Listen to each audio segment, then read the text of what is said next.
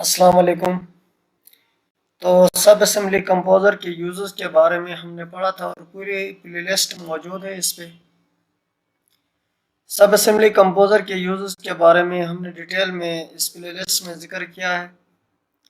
और सब assembly composer के एक एक बेहतरीन टूल है और एक हेल्पफुल टूल है। आप सिविल 3D के यूज़र हैं तो इसी से आप अपनी मर्ज़ी के सब असेंबलीज बना सकते हैं और उसको अपने सिविल 3D में लेके उसको प्रोसेस कर सकते हैं और मुख्तलिफ़ किस्म की क्रॉस सेक्शंस में अपने डिमांड के क्रॉस सेक्शन के हिसाब से उसको आप यूज़ कर सकते हैं। ठीक है, तो इंटरफेस के बारे में आपको थोड़ा सा मैं इंट्रोड्यूस करूँ अगर आप नए हैं तो। सबसे पहले हमारे जो आपको नज़र आ रहा है ये सारे विंडोज़ हमारे पास ओपन है और ये विंडो अगर गायब है तो ये सारी जितनी भी आपकी लिस्ट हैं या आप इसको चेक कर दें। ठीक है, तो इस मेन्यू में अब जाके आप इसको चेक कर सकते हैं। ये हमारे पास फ्लो चार्ट है। जो जो काम यहाँ पे हम करेंगे यहाँ से हम लिंक्स देंगे और कंडीशंस डिसीजंस यहाँ पे हम अप्लाई करेंगे। इसके साथ उससे नीचे उसकी कोई प्रॉपर्टीज है, जो लिंक या जो ज्योमेट्री हम ऐड करेंगे यहाँ पे उसकी ये प्रॉपर्टी है। ठीक है, इस पोर्शन में आ जाएंगे, इसको हम करके दिखाएंगे। ये हमारे पास प्रीव्यू है, यहाँ पे जो भी लिंक्स लगाएंगे पॉइंट लगाएंगे इस प्रीव्यू में नज़र आएगा। ये हमारे पास package setting, output parameter, target parameter, super elevation, ये सारे हमारे पास ये टैब्स हैं। और इनमें जो बहुत ही इंपॉर्टेंट है वो इनपुट पैरामीटर्स हैं और इसमें हमारे प्लेलिस्ट में जो शुरू वाली वीडियो है उसमें क्लियरली यहाँ पे लिखा हुआ है। तो आज हम करने जा रहे हैं कि हम सब असेंबली कंपोजर में अगर हमारे पास कोई टनल है, कोई पाइप है, उस पाइप को हम अपने अगर वहाँ पे डिफ़ॉल्ट मौजूद नहीं है सिविल 3D के सब असेंबलीज में तो हम अपने हिसाब से अपनी रिक्वायरमेंट के अपनी ज्योमेट्री के हिसाब से उसको उसका हम यहाँ पे क्रॉस सेक्शन बनाएंगे। ठीक है, तो आज शुरू करते हैं क्रॉस सेक्शन कैसे बनाएंगे। सबसे पहले मैं यहाँ से एक पॉइंट चूज करूँगा और ड्रैग करके यहाँ पे लेके आऊँगा। तो इस पॉइंट को जो है मैं क्लिक कर देता हूँ, ये ऑलरेडी सिलेक्टेड है और इसके नीचे हमारे पास ये ओरिजिन पे है और 0 0 पे है। ठीक है, ये सारे हमने डिटेल में की हुई हैं। ये हमारे पास मैं एक और पॉइंट लेके आ रहा हूँ यहाँ पे। ठीक है, ये मेरा पॉइंट नंबर 2 है और ये पॉइंट कहाँ से शुरू हो रहा है, ये हमारे पास पॉइंट नंबर 2। ठीक है, और ये पॉइंट हमारा P1 से शुरू हो रहा है।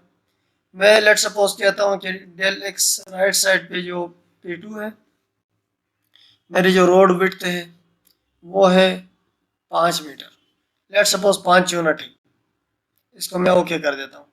ये आप देख सकते हैं प्रीव्यू में फिट टू स्क्रीन कर दे तो ये आपके पास P1 से लेकर ये पॉइंट P2 तक है।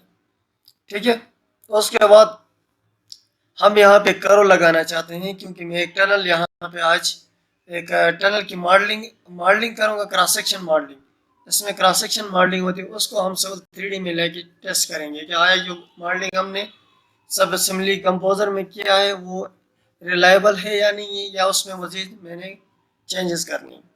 इसलिए मेरी आपसे ये रिक्वेस्ट है कि आप वीडियो को अगर कहीं पे आज स्टक हो जाते हैं उसको रिवर्स कैसे आ जाते हैं ये भी चीज़ें आपको प्रैक्टिकल होनी चाहिए। वन गो थ्रू में अगर आपसे कुछ चीज़ें मिस हो जाती हैं, जहाँ जाके आप स्टक होते हैं, फिर आपके लिए वो बैक आना थोड़ा सा मसला है। तो हम इस वीडियो में जहाँ पे हम स्टक होते हैं वहाँ से वापस आएंगे, तो वो जो पॉइंट्स हैं वो आप मिस ना करें, ताकि आपकी जितनी आप प्रैक्टिस करेंगे सॉफ्टवेयर में, जितने आप प्रैक्टिकल लाइफ के प्रॉब्लम्स करेंगे, प्रोजेक्ट्स करेंगे, तो इतना आप उसमें एक्सपर्ट होंगे और इतने आपकी चीज़ें गलतियाँ जो हैं वो कम से कम होंगी। तो यहाँ पे मैंने एक P2 लगा दिया है। उसके बाद मैं यहाँ पे एक करो लगाना चाहता हूँ, चाहे पैराबोलिक है या कुछ भी फ्री करो है। तो ठीक है, उसके बाद मैं उस करो के लिए मेरे पास पॉइंट की ज़रूरत होगी। मैं बिल्कुल इसके टॉप पे हाइट चेक कर रहा हूँ कि जो ये रोड की राइट लेंथ राइट वेट लेन है उसके टॉप पे मैं कहता हूँ मेरे जो सेंटर पे, अगर आपके पास टेड में बना है या किसी स्केच उसका आपके पास होगा डिज़ाइन स्केच अवेलेबल, तो आपने इधर से उसको मॉडल करके अपने सिविल 3 में लेके जाना है। तो आपको पता है नॉर्मली पॉइंट्स के लिए जो जो कर्व्स होते हैं उसके लिए पॉइंट्स, एंड पॉइंट और फर्स्ट पॉइंट बहुत ज़रूरी होता है।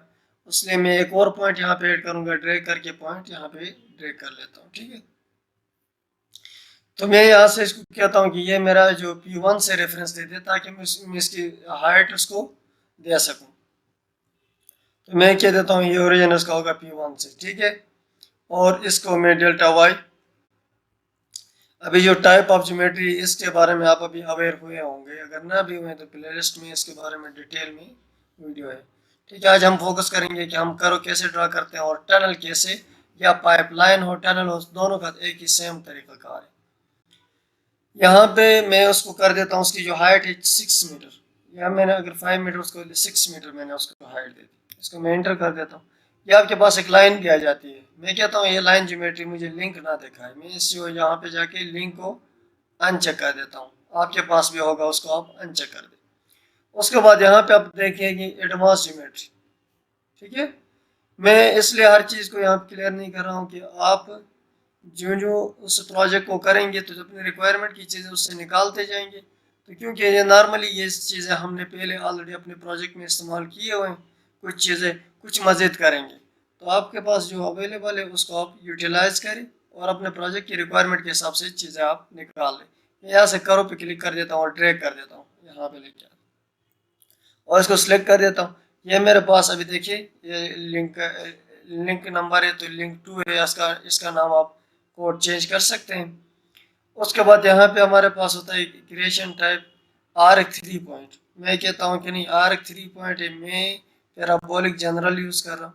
पैराबोलिक जनरल में हमारे पास कह रहा है स्टार्ट पॉइंट कौन सा है, मैं P2 को स्टार्ट पॉइंट कर देता हूँ, इस पॉइंट को, ये मेरा स्टार्ट पॉइंट है। ठीक है, यहाँ से मैंने एक कर्व देना है यहाँ तक, बिल्कुल इसके वर्टिकल तक। ठीक है, यहाँ से मैं इसको कर देता हूँ कि P3, मैं इसको P3 कर देता हूँ। ठीक है, और डिस्टेंस मिड ऑर्डिनेट का यहाँ पे 0 हो, मैं यहाँ पे वो मिड ऑर्डिनेट जितने आप पॉइंट क्लोज करेंगे, मैं तो यहाँ पे आपको सिर्फ प्रोसीजर बता रहा हूँ, आपने बाकी जो अपनी जो रिक्वायरमेंट का जो डेटा है वो आपने करना है। आप इसको इस पॉइंट को, ये जो पॉइंट मैंने यहाँ पे ड्रा किया, या यहाँ पे ड्रा करके अपना करो को आप सेगमेंट्स में भी कर सकते हैं।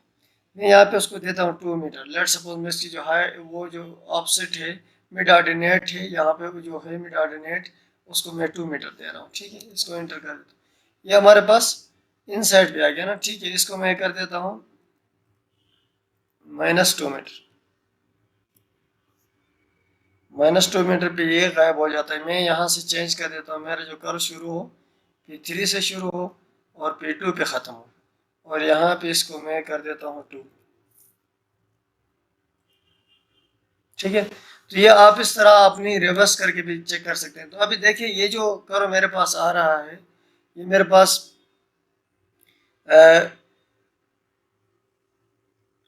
यहाँ पे इस लाइन को आप खींचेंगे तो ये 2 मीटर का यहाँ से इस तरह है। तो आप इसको बाय पार्ट्स बना सकते हैं। ठीक है, अपने स्केच से। इसको अभी मैं इनपुट पैरामीटर में जाके आपको बता देता हूँ कि इनपुट पैरामीटर्स में इसको हम कैसे इस्तेमाल करेंगे। लेट सपोज हमारे पास ऑलरेडी कुछ इनपुट पैरामीटर्स बने हुए हैं, आप इनको डिलीट कर दें। आपके पास नहीं बने होंगे, मेरे पास एक ऑलरेडी एक प्रोजेक्ट था उसके बने हुए। ठीक है, तो ये आपके पास साइड है, साइड को मैंने फिलहाल राइट कंसीडर किया हुआ है, आप इसको राइट कंसीडर करें। उसके बाद पैरामीटर, इस पैरामीटर को आप इसका नाम दे दें, इनपुट पैरामीटर। लेन इसको लिख दे, स्पेस यहाँ पे नहीं चलेगा। ठीक है, लेन लिख दे, और लेन को यहाँ पे जो है डिफ़ॉल्ट वैल्यू जो लेन की आप इसको इस्तेमाल करें 6। ठीक है, यहाँ पे अभी जाए डिफ़ॉल्ट, हमने इसको 5 इस्तेमाल किया तो 5 से बाद में आप असल में ये जो पॉइंट है इनपुट पैरामीटर्स, ये आप सिविल 3D में इसके बड़े काम है। ठीक है, मैं बताता हूँ। लेन के बाद हमारे पास आ जाता है, इसको हम नाम देते हैं कि हमारे पास ये लेन हो गया राइट साइड पे।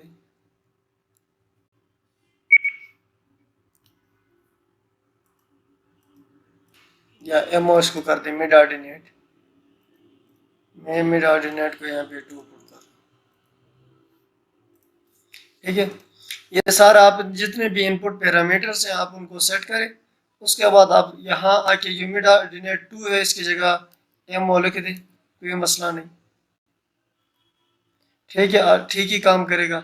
उसके बाद आपके पास जो लेन, ये आप मैं सिलेक्ट कर देता हूँ, यहाँ पे उसको डेल्टा एक्स की जगह मैं लेन लिख देता हूँ।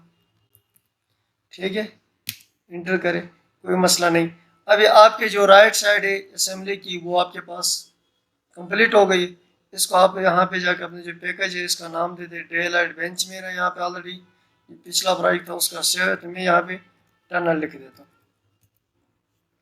ठीक है, डिस्क्रिप्शन में आप अपनी लोकेशन या टनल टाइप जो भी आप लिखना चाहते हैं आप लिख सकते हैं। मैं यहाँ पे भी टनल कर देता हूँ, मैं इसको सेव कर देता हूँ। ठीक है, ये असेंबली को मैं सेव कर देता हूँ। ये टनल डीवी ऑटो डिस्क ये हमारे पास ऑलरेडी सेव हो गई। ठीक है, मैं अभी सिविल 3D में इसका टेस्ट करता हूँ। अगर वहाँ पे कोई मसला आता है तो हम दोबारा इसमें आके उसको करेक्ट करके फिर सिविल 3D में टेस्ट करेंगे, क्योंकि हमने अल्टीमेटली सिविल 3D पे इसको अप्लाई करना है। ठीक है, आइए देखते हैं सिविल 3D में इसको कैसे हम टेस्ट करते हैं। हमारी जो फाइल बनी है वो टनल असेंबली डॉट पीकेटी के फाइल से। ठीक है, जहाँ पे आप सेव करेंगे उसी पोजीशन से आप उसको, उसी डायरेक्टरी से आप उठाएंगे उसको। के इंटरफेस में, सिविल 3D के इंटरफेस में हमने जो सब असेंबली कंपोजर में डॉट पीकेटी की जो फाइल बनाई थी वो हम इंपोर्ट करेंगे। तो सबसे पहले हमने जाना है टूल पैलेट्स में। उसमें हम जो मैट्रिक है हमारे पास जो मैट्रिक टूल पैलेट्स हैं उनमें हमने एक यहाँ पे राइट क्लिक करके यहाँ से हम न्यू टूल पैलेट्स बनाया है। उस टूल पैलेट्स को मैंने टनल का नाम दिया है, और उसी टूल पैलेट्स पे उसी पॉइंट पे हम क्लिक करके इंपोर्ट सब असेंबली कंपोजर करके हमारे पास जिस फाइल में हमारी जो डॉट पीकेटी फाइल पड़ी हुई है, मेरे पास यहाँ पे डॉक्यूमेंट में ये पड़ी हुई है, मैं इसको ओपन कर देता हूँ और इसको ओके कर देता हूँ। ऑलरेडी एग्जिस्ट है तो यहाँ यस मैं एग्जिस्टिंग को ही रहने देता हूँ, और इसको इसको अब जाके राइट क्लिक करके रिफ्रेश इमेज कर देंगे। रिफ्रेश इमेज करेंगे तो आपके पास छोटा सा प्रीव्यू नज़र आएगा। अब इसको डबल क्लिक करें, लेफ्ट क्लिक करें डबल, और यहाँ से आप इसके ये पॉइंट आप देख सकते हैं। लेन विड्थ है, मैं लेट सपोज मैंने जो वहाँ पे टारगेट पैरामीटर्स में जो हमारे पास आउटपुट पैरामीटर्स है वहाँ पे मैंने रखे हुए थे नाम। ठीक है, आउटपुट पैरामीटर्स में ये मैंने रखे हुए थे, और उनको लेन एमओ यानी मिड ऑर्डिनेट। तो आप सिविल 3D के इंटरफेस में यहाँ से आप देखिए लेन एमओ ये दोनों आपके पास आ गए। मेरे पास 6 मीटर यहाँ पे रोड है, ये इसको मैं कर देता हूँ, ये 2 है तो इसको मैं कर देता हूँ 1.5 मिड ऑर्डिनेट है। ठीक है, यहाँ पे चेंज करके मैं अप्लाई कर देता हूँ। ठीक है, आप जो डिफ़ॉल्ट है वो भी अप्लाई कर सकते हैं, आप अपने रिक्वायरमेंट के हिसाब से भी अप्लाई कर सकते हैं। मैं इसको सिलेक्ट कर देता हूँ, जो ही मैं सिलेक्ट कर देता हूँ आप देखिए ये हमारे पास आ गया। इसको एक दोबारा क्लिक कर देंगे तो ऑटोमेटिकली एज डिफ़ॉल्ट वो लेफ्ट साइड ये आपका टनल का एक शेप बन जाए। ठीक है, अभी नीचे उसके लेयर वाइज जो आपके पास स्ट्रक्चर है रोड्स का, क्योंकि आपकी ट्रैफिक यहाँ से गुजरनी है, ये आपका राग कट है, तो ये आपने एक सीमी सर्कल टाइप यहाँ पे पैराबोलिक हमने आर्च ड्रा की है, एक आर्च हमने ड्रा की है यानी टनल हमने ड्रा की है। ठीक है, तो इसको मैं ओके कर देता हूँ, इंटर कर देता हूँ। ठीक है, अभी इसी टनल को आप अपने प्रोजेक्ट में जो आपके पास प्रोफाइल है जहाँ से आपका टनल का गुजरना होता है, या आप जहाँ पे टनल अप्लाई करना चाहते हैं, ये आपके पास कॉरिडोर है। ठीक है, एक रोड का आपके पास अलाइनमेंट प्रोफाइल और क्रॉस सेक्शन से जो कॉरिडोर बना हुआ है ये हमारे पास ये है। तो इसके हमने ये सेक्शन काटे हुए थे, ये ओपन कट हमारे पास था। अभी हम इसको टनल से रिप्लेस करते हैं, वो कैसे करते हैं ये भी आपको मैं एक एडिशनल चीज़ यहाँ पे बता रहा हूँ कि आप असेंबली को एक यूज्ड असेंबली किसी भी कॉरिडोर को कैसे हम रिप्लेस कर देते हैं, या उसमें रीजन्स को हम कैसे मॉडिफाई करते हैं। इसको क्लिक करें, आप कॉरिडोर में जाए। मैं दोबारा आपको बता रहा हूँ, आप अपने जिस कॉरिडोर पे आप टनल अप्लाई करना चाहते हैं, जिस रीजन पे आप टनल अप्लाई करना चाहते हैं वही कॉरिडोर आप सिलेक्ट करेंगे। उसके बाद आप कॉरिडोर सरफेस में जाएंगे, कॉरिडोर सरफेस को आप कॉरिडोर प्रॉपर्टीज को आप सिलेक्ट करेंगे। ये हमारे पास एज डिफ़ॉल्ट हमने एक कुछ रीजन्स बनाएंगे। आप 1 बाय 1 इन रीजन को आप रिमूव कर दें, एक ही रीजन आपके लिए ज़रूरी है, रिमूव कर दें। ये आपके पास कह रहा है कि आपका स्टार्ट पॉइंट ये और एंड पॉइंट आपका ये है, तो एंड पॉइंट को मैं क्लिक कर देता हूँ और एंड पॉइंट को यहाँ पे जो एंड है इसको चूज़ कर देता हूँ।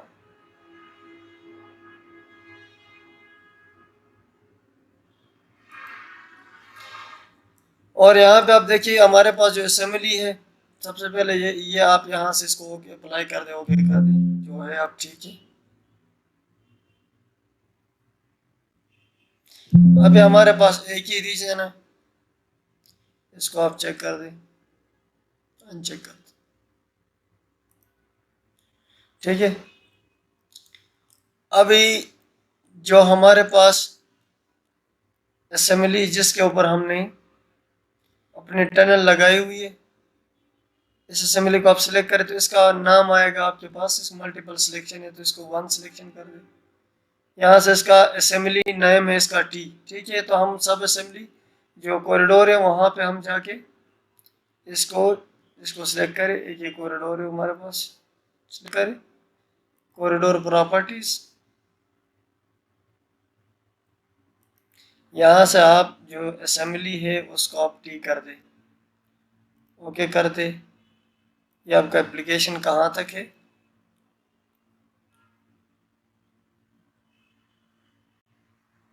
लेट सपोज मैं यहाँ तक कर देता हूँ।